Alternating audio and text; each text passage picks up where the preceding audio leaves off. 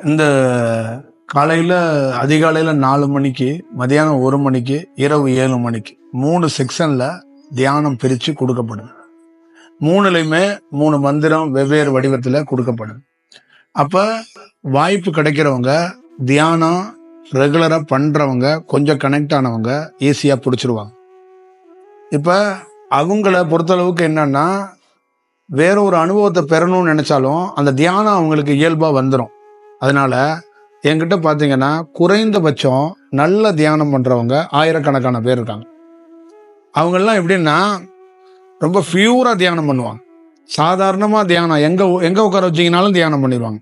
நான் எல்லாம் எப்படி தயார் பண்ணி வச்சுருக்கோம்னா, எந்த இறைச்சலான இடத்துல தூக்கி கொண்டு போட்டிங்கனாலும் அவங்களுக்கு தியானம் வரும். எந்த கோயில் வாசலில் உட்கார வச்சாலும் சரி, கடை வீதியில் உட்கார வச்சாலும் சரி, அதிகமான ஸ்பீக்கர் சவுண்டு இருக்கிற இடத்துல உட்கார வச்சாலும் அவங்க தியானம் வரும். அப்படி ஒரு வடிவத்துக்குள்ளே மாறி இருக்கிறாங்க. காரணம், ஒரு வகுப்பு 2 வகுப்புல 40-50 வகுப்புகளை, 60-70 வகுப்புகளை நிறைய தொடர்ச்சியாக அட்டன் பண்ண மாணவர்கள். அப்போ ஒரு இயல்பாக அந்த தியானத்தை அவங்க கொண்டு வர்றதுக்கான வாய்ப்பை வச்சிருக்கிறாங்க. அடுத்தது அவங்க வாழ்க்கையில் எதை திருப்புமுனையாக சந்திக்கணும்னா அனுபவத்தை. அந்த அனுபவத்துக்காக அவங்க காத்திருக்காங்க. ஆனால் ஆரம்ப நிலையில் இருக்கிற இப்போ நம்ம அந்தந்த மாவட்டத்தில் சந்திக்கிறோம் நிறைய பேர். முக்கியமாக யாராவது தியானம் பண்ணுறவங்க, அவங்க சொல்லி குடும்பமாக வருவங்களோ இல்லை தெரிஞ்சவங்க வர்றவங்களாம் என்னென்னா, அது இயல்பாக நீங்கள் வந்து ஒரு ஆசீர்வாதம், ஒரு செயல் வடிவங்கிறதெல்லாம் தாண்டி இந்த தியானம் உங்கள் கையில் இருந்துச்சுன்னா வேற ஒரு வடிவம் கிடைக்கும் அப்படிங்கிறதுக்காக தான் இதை நீங்கள் எப்படி ட்ரை பண்ணணுமோ அதை நீங்கள் முடிஞ்சால் கொஞ்சம் ட்ரை பண்ணி பாருங்க. இது எங்கேயாவது ஒரு இடத்துல உங்களுக்கு வந்து ஒரு நம்பிக்கையை ஏற்படுத்துங்கிறது என்னுடைய ரொம்ப நம்பகத்தன்மையோட தகவல்ல இருந்து நான் சொல்கிறேன். ஃபஸ்ட்டு என்சியில் ஒரு சராசரி கிராமத்தில் இருக்கிறவரால் தியானம் பண்ண முடியாது. உருவ வழிபாட்டில் இருப்பாங்க, மனம் தீவிரமாக இயங்கும். அவங்க வேற ஒரு ஃபார்முலாவில் இருந்து தியானத்துக்கு கன்வெர்ட் ஆகிறது ரொம்ப கஷ்டம். எப்படி மதத்தை விட்டு மதம் மாறுறதுக்கு எப்படி கஷ்டமோ, எப்படி ஒரு பாரம்பரியமாக நம்ம வாக்களித்து ஒரு சின்னத்தை விட்டு மாற வர முடியலையோ, அந்த மாதிரி உருவத்தை விட்டு பாதி பேருக்கு தமிழ்நாட்டில், இந்தியாவில் அவங்களுக்கு தியானங்கிறத விலகி நிற்கிறாங்க, அந்நியமாக நிற்கிறாங்க. அதுக்கு காரணம், அவங்க கடவுளை கும்பிட்றாங்க, வழிபடுறாங்க, பக்தி இருக்குது, எல்லாம் இருக்குது. அந்த தியானத்துக்குள்ளே அவங்களுக்கு வர்றதுக்கு விருப்பம் இல்லாததுக்கு காரணம் என்னன்னா, அது என்னால் சும்மா உட்கார முடியாதுப்பா. நான் சந்திக்கிற நிறைய நபர்கள் என்ன சொல்கிறாங்கன்னா, நீங்கள் என்ன வேலை வேணாலும் கொடுங்க, நாங்கள் செய்கிறோம். ஒரு கோயிலில் பூஜை பண்ண சொல்லுங்கள், செய்கிறோம். கோயிலுக்கு பூ போட சொல்லுங்கள், சொல்கிறோம். ஒரு மந்திரம் சொல்ல சொல்லுங்கள், அந்த கோயிலை சுற்றி வந்துக்கிட்டே இருக்கிறோம். ஆனால் சும்மா உட்கார சொன்னீங்கன்னா உட்கார மாட்டோம். சும்மா கண்ணை மூடிட்டு 5 நிமிஷம் மௌனமாக இருந்தால் இருக்க மாட்டோம். நீங்கள் கைத்தை போட்டு கட்டி போட்டால் கூட கைத்தை அறுத்துக்கிட்டு ஓடி போயிடுவோம். ஆனால் சும்மா மட்டும் உட்கார முடியாது. அதில் அவ்வளோ பெரிய சவால் இருக்குது. அது ஏன்னா அது நாங்கள் அந்த ஃபார்முலாவிலே ரெடி ஆகலை. இது இங்கே மட்டும் கிடையாது, நார்த்தில் இன்னும் அதிகமாக இருக்குது. நார்த்தில் ஒரு மிகப்பெரிய இடம் என்னன்னு கேட்டிங்கன்னா, அந்த யுக்தேஸ்வர் கிரி வந்து சமாதி அடைந்த பூரி ஜெகநாத் கோவில் வந்து ரொம்ப முக்கியமான இடம். அந்த கடற்கரை ரொம்ப முக்கியமான இடம். அந்த கோயிலுக்குள்ளெல்லாம் நீங்கள் போனீங்கன்னா உங்களை பழனியில் பஞ்சாமிர்தம் மாதிரி நசுக்கி தூக்கி எரிஞ்சிருவாங்க அங்கிட்ட. அவங்க எல்லாருமே என்னன்னா அந்த கடவுளை வெறி கொண்டு ஒரு போருக்கு போகிற மாதிரி ஒரு கோஷத்தோடு போவாங்க. அப்போ அவங்க தள்ளுறதுல நீங்கள் எந்த பக்கம் போய் விழுவுறீங்கன்னே உங்களுக்கு தெரியாது. அந்த அளவுக்கு அந்த போர்ட்ஸும் அந்த வேகமும் அந்த செயல் இருக்கும். ஆனால் அவங்கள தியானம் பண்ண வாங்கன்னு கேட்டிங்கன்னா வரமாட்டாங்க. எந்த வடிவத்தில் கூப்பிட்டீங்கனாலும் வரமாட்டாங்க. அதே மாதிரி தான் காசிக்குள்ளேயும் ஒரு செட்டர் இருக்காங்க. நீங்கள் தியானம்னு சொன்னீங்கன்னா அவங்க உங்களை அடுத்த முறை பார்க்கவே மாட்டாங்க. அதே மாதிரி அந்த அரகர மகாசு தேவா அப்படின்னு சொன்னால் உடனே ஓடி வந்துடுவாங்க. இப்போ அந்த ஆர்த்தி பார்க்கறதுக்கு பார்த்தீங்கன்னா ஆயிரக்கணக்கான பேர் ஆர்த்தியை பார்க்க உட்காந்துருப்பாங்க. ஆயிரக்கணக்கான பேர் என்ன பண்ணுவாங்கன்னா செல்ஃபோனை வச்சுக்கிட்டு வீடியோ எடுத்து ஒரு வேலை செஞ்சுக்கிட்டு இருப்பாங்க. அந்த வேலை என்னன்னா லைவில் உட்காந்து வீட்டில் உள்ளவங்க அதை பார்த்து இங்கே எப்படி அவங்க பண்ணுறாங்களோ அதே மாதிரி வீட்டில் உட்காந்து பரவசம் ஆவாங்க. அவங்க அத்தனை பேர்த்தையும் இவங்க எப்படி என்ன செயல் வடிவமாக அந்த ஆர்த்தி கட்டி படிச்சிருக்குன்னா, அந்த ஆர்த்திக்குள்ளே அவங்க பாடுறத, அவங்க மந்திரத்தை, அவங்க நடனத்தை, அந்த நதியை, அந்த ஆர்த்தியை ரசிக்கிறாங்க. அதுக்குள்ள 1.5 மணி நேரம் 2 மணி நேரம் ஒவ்வொரு நாளும் காசியில் நடக்கப்படுற ஆர்த்திக்கு அவ்வளோ வரவேற்பும் அவ்வளோ பெரிய செயல் இருக்குது. அந்த செயலை ஒரு சராசரி யார் அங்கே உட்கார்றான்னா பெரிய தியானத்தில் வடிவத்தில் இருக்கிற யாருமே அங்கே உட்கார்றதில்ல. பக்தி வடிவத்தில் இருக்கிற அத்தனை பேரும் அங்கே உட்கார்ந்துருக்கிறாங்க. அவங்களுக்கு என்னன்னா ரொம்ப எளிதாக கனெக்ட் ஆகுறாங்க. அது ஈஸியாக இருக்கு. அது ஒரு அவங்க பார்க்குறாங்க, ரசிக்கிறாங்க. அது ஒரு விஷயமா இருக்கு. அதே அவங்கள நீங்கள் ஆர்த்தியை நாங்கள் அப்படி காட்டுவோம், ஆனால் கண்ணை மூடிக்கிட்டு உட்காருன்னா நாளைக்கு காலைல ஆர்த்தி மட்டும்தான் இருக்கும், ஆர்த்தி காட்டுறவர் மட்டும்தான் இருப்பார், ஆள் இருக்காது. அப்போ இந்த கண்ணை மூடிக்கிட்டு உட்கார்ற வேலைக்கு மக்கள் வர தயாராக இல்லை. அது அந்நியப்பட்டு இருக்கிறதாக தான் என்னை பொறுத்தளவுக்கு தமிழ்நாட்டில் நான் போகாத மாவட்டமே கிடையாது. அங்கே ஒவ்வொரு மாவட்டத்திலையும் மக்கள் தலை தெரிச்சு எங்கே ஓடுறாங்கன்னா தியானம்னு சொன்னால் ஓடி போயிடுறாங்க. ஆனால் ஆசீர்வாதமோ ஏதாவது மேஜிக்கோ ஏதாவது செயல்னா வர்றாங்க. ஆனால் உண்மையாக தன்னுடைய உடலுக்குள்ள தன்னுடைய செயல் வடிவத்திலேருந்து மாறணும் அப்படிங்கிறதுக்கு அந்த மாற்றத்தை ஏற்படுத்தணும்னா அவங்க வரமாட்டாங்க. இப்போ நம்ம தேனி மாதிரி மாவட்டத்துக்குள்ள இதே ஒரு கோவில் விசேஷம் வேறு மாதிரி ஒரு வடிவம், இந்த ஃபங்க்ஷனையே நம்ம வேறு வடிவத்துக்குள்ளே காட்டுறோம்னு வச்சுங்களேன், இங்கே நிற்க முடியாது நம்ம. அப்போ இந்த தியானங்கிற போது அவங்க என்னன்னா அவங்க அந்நியப்பட்டு பார்க்குறாங்க. அப்போ படித்தவங்க, நிறைய தெரிஞ்சவங்க, இதுக்கு தேடுதல் உள்ளவங்க தியானத்துக்கு வர்றாங்க. அப்போ நார்மலாக இந்த தியானத்துக்கு யார் வரணும்னா அடிப்படையாக கஷ்டப்படுற ஒரு பாமர விவசாயி தான் வரணும். என்னுடைய நோக்கம் இந்த மலையில் போய் கஷ்டப்பட்டு ஒரு வேலைக்கு கூலி வேலைக்கு செஞ்சுக்கிட்டு இருக்காருல ஒருத்தர், சாப்பாட்டை கையில் எடுத்துகிட்டு போகிறாரு, அவருக்கு தான் இந்த தியானம் தேவை. கோட்டு போட்டிருக்கவருக்கு இந்த தியானம் வேண்டாம். அவர் மேலும் மேலும் இன்னொரு கோட்டை எடுப்பார். இந்த வாளி கையில் வச்சுருக்கிறவருக்கு தான் வேணும். அந்த வாளி கையில் வச்சுருக்கிறவரை நோக்கி தான் நான் பிரயாணம் பண்ணுறேன். அதுக்காக தான் முதல் என்னுடைய நோக்கமே காசே வாங்கக்கூடாது, சாப்பாட்டுக்கு வாங்கக்கூடாது, அந்த இருக்கிற இடத்துக்கு வாங்கக்கூடாது. அதே மாதிரி வகுப்புகளுக்குன்னு ₹1 கூட கட்டணம் வாங்கக்கூடாது. இது எதுக்காக இந்த வடிவத்தை கொண்டு வந்தோம்னா நிறைய பேர் பெரிய பெரிய விஐபிங்கெல்லாம் ஈஸியாக 10,000 14,000 15,000 கட்டி ஒரு தியான வகுப்புக்கு நிறைய வகுப்புக்கு போகிறாங்க.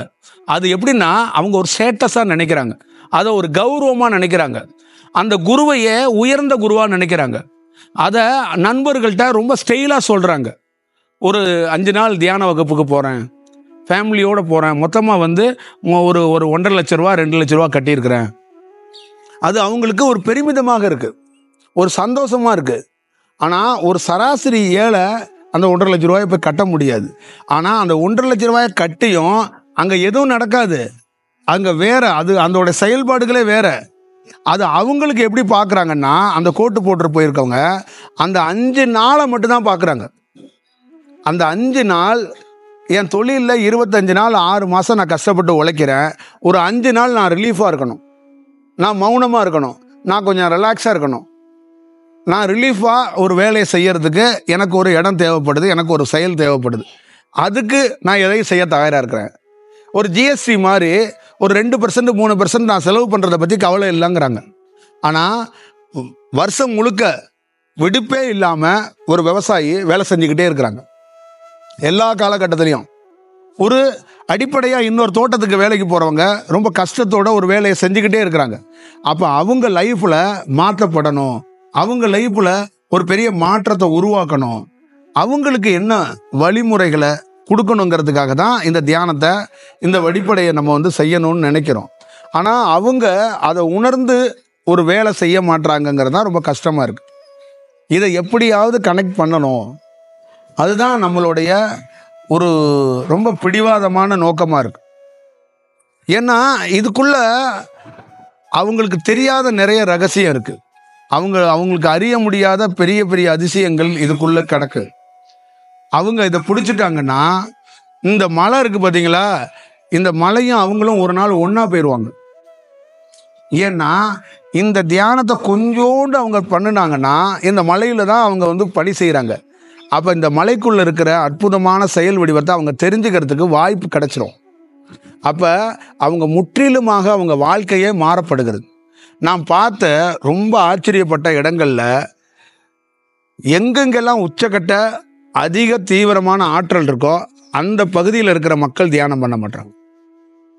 எந்த பகுதியில் வெளியிலே வர முடியாமல் ஆழ்ந்து போய் அப்படியே நம்ம அப்படியே மிரட்சியாகி நிற்கிறோமோ அந்த சுற்றி இருக்கிற வட்டாரத்தில் தியானத்துக்கு நேர் எதிராக இருக்கிறாங்க. இப்போ நிறைய மலைக்கு போகிறேன், நிறைய மலை கிராமத்தில் இருக்கிறவங்க தியானத்தை பற்றி எந்த புரிதலுமே இல்லை அவங்களுக்கு. ஆனால் நாம் அந்த மலைக்குள்ளே இருக்க முடியுமா, ஒரு இரவு இருக்க முடியுமான்னு போராடுறோம். அவங்க பல இரவு இருக்கிறாங்க. ரொம்ப தீவிரமானது தாண்டிக்குடியில் இருக்கிற மலை, ரொம்ப தீவிரமானது பன்றி மலை.